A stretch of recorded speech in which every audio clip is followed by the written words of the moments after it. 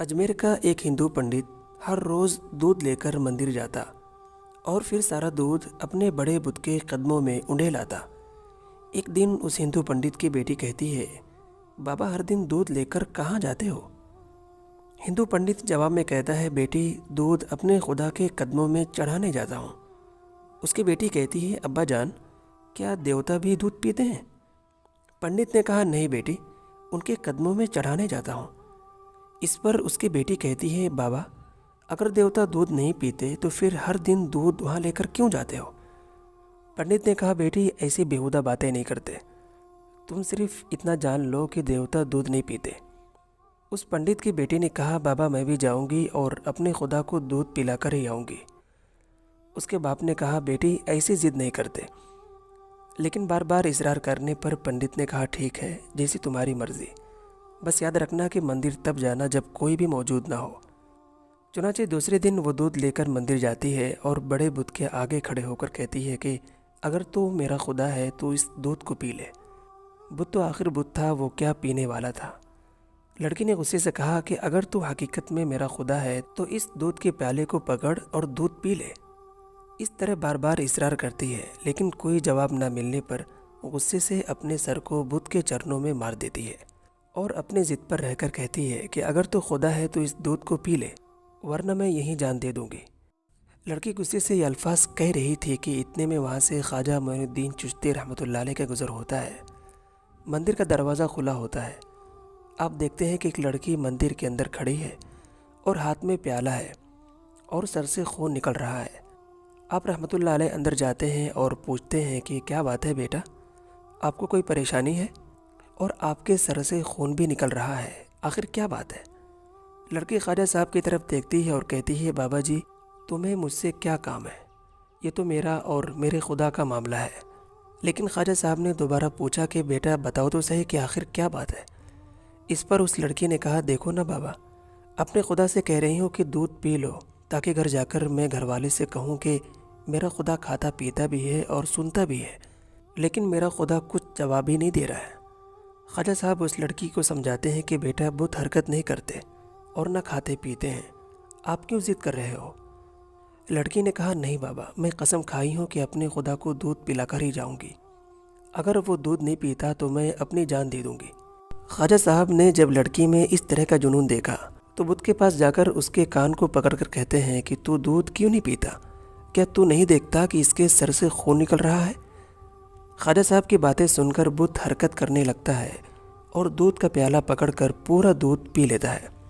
जब दूध पी लेता है तो लड़की बहुत खुश होती है और कहती है कि अब मेरी कसम पूरी हो गई है, अब मैं घर जा सकती हूँ। लड़की जब गांव जाती है तो गांव वाले लड़की की हालत देखकर पंडित से कहते हैं कि तेरी बच्ची ने आज तेरी इज्जत मिट्टी में मिला दिया है। देखो तो इसके सर और कपड़े में खून लगा है, ऐसा लग रहा है कि किसी ने इसके साथ बदकारी की है। सब गांव वाले जमा हो जाते हैं और कहते हैं कि बता तेरे साथ क्या हुआ है, किसने तेरी ये हालत की है? लड़की ने खुशी से जवाब दिया कि मेरी इज्जत पर कोई आंच नहीं आई है, मैं तो बस अपने खुदा को दूध पिलाकर आ रही हूँ। लड़की की बात सुनकर गांव वाले कहते हैं कि लगता है कि तेरी बेटी का दिमाग ख़राब हो गया है और पागलों जैसी बातें कर रही है। लड़की ने कहा कि अगर आपको यकीन नहीं है तो चलो मेरे साथ, मैं आपके सामने दूध पिलाकर दिखाऊंगी। उसके बाद गांव के सारे लोग ये माजरा देखने के लिए मंदिर पहुंच जाते हैं। लड़की दूध का प्याला आगे करके कहती है, ऐ खुदा दूध पी ले, और कई मर्तबा कहती है, लेकिन बुत कोई भी हरकत नहीं करता। ये देखकर लोगों का मजमा यही कहता है कि ऐ लड़की पागलों जैसी बातें ना कर, देवता हरकत नहीं करते। लड़की कहती है, ऐ खुदा तुझे मेरी इज्जत की कसम है, दूध पी ले, लेकिन फिर भी बुत कोई हरकत नहीं करता। उसके बाद लड़की कहती है, दूध पीता है कि कल वाले बुजुर्ग को बुलाऊं? ये सुनकर बुत दूध का प्याला उठाकर सारा दूध पी लेता है। ये देखकर सारे लोग बहुत हैरान होते हैं और कहते हैं कि बेटा वो कल वाला बुजुर्ग कौन है कि जिसका नाम तुम ले रहे हो? लड़की कहती है कि मैं उसका नाम और पता तो नहीं जानती, बस इतना बता सकती हूँ कि वो इस तरफ गए थे। अब सारा गांव ख्वाजा साहब की तलाश में निकल पड़ता है। एक दरख्त के नीचे ख्वाजा साहब को इबादत करते देखकर वो लड़की कहती है, यही है वो बाबा साहब जिनके नाम पर बुत ने दूध पिया है। चुनाचे सब आप ख्वाजा साहब रहमतुल्लाह अलैह के कदमों में गिर पड़ते हैं और कहते हैं, बाबा साहब वो कौन सा जादू है कि जिससे पत्थर भी दूध पी लेता है? خواجہ صاحب کہتے ہیں وہ کوئی جادو نہیں ہے کہ جس سے بت نے دودھ پیا ہے، بلکہ یہ سب میرے رب کا فضل ہے۔ لوگ کہتے ہیں بابا صاحب یہ آپ کا رب کون ہے؟ خواجہ صاحب کہتے ہیں میرا رب وہ ہے کہ جو سب کو کھلاتا پلاتا ہے اور زندگی موت دیتا ہے، جس کے مرضی کے بغیر ایک پتا بھی حرکت نہیں کرتا۔ وہی زمین آسمان کا مالک ہے، وہی ہم سب کو رزق عطا کرنے والا ہے۔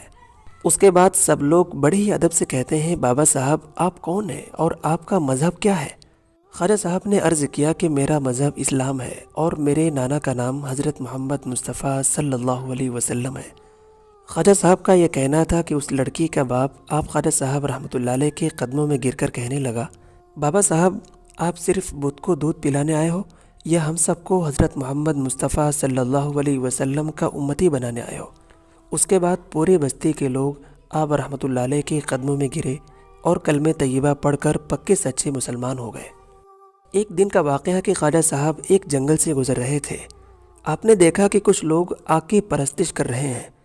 یہ لوگ اس قدر مجاہدات اور ریاضت کر رہے تھے کہ 6 مہینے تک نہ کھاتے تھے اور نہ پیتے تھے۔ خواجہ صاحب نے ان سے آگ کے متعلق پوچھا کہ آپ لوگ اس کی پوجا کیوں کرتے ہو؟ تو انہوں نے کہا کہ ہم اس کی پوجا اس لیے کرتے ہیں تاکہ جہنم میں یہ آگ ہمیں کوئی تکلیف نہ پہنچائے۔ خواجہ صاحب نے فرمایا کہ دوزخ کی آگ سے بچنے کا طریقہ یہ نہیں ہے، بلکہ دوزخ کی آگ سے بچنے کے لیے اللہ کی پوجا کرو، پھر یہ آگ تمہیں کوئی تکلیف نہیں پہنچائے گی۔ تم لوگ اتنے دنوں سے اس آگ کی پوجا کرتے ہو تو ذرا اس آگ میں اپنا ہاتھ ڈال کر تو دکھاؤ۔ انہوں نے کہا کہ آگ کا تو کام ہی جلانا ہے، اگر اس میں ہاتھ ڈالیں گے تو ہمارا ہاتھ جل جائے گا۔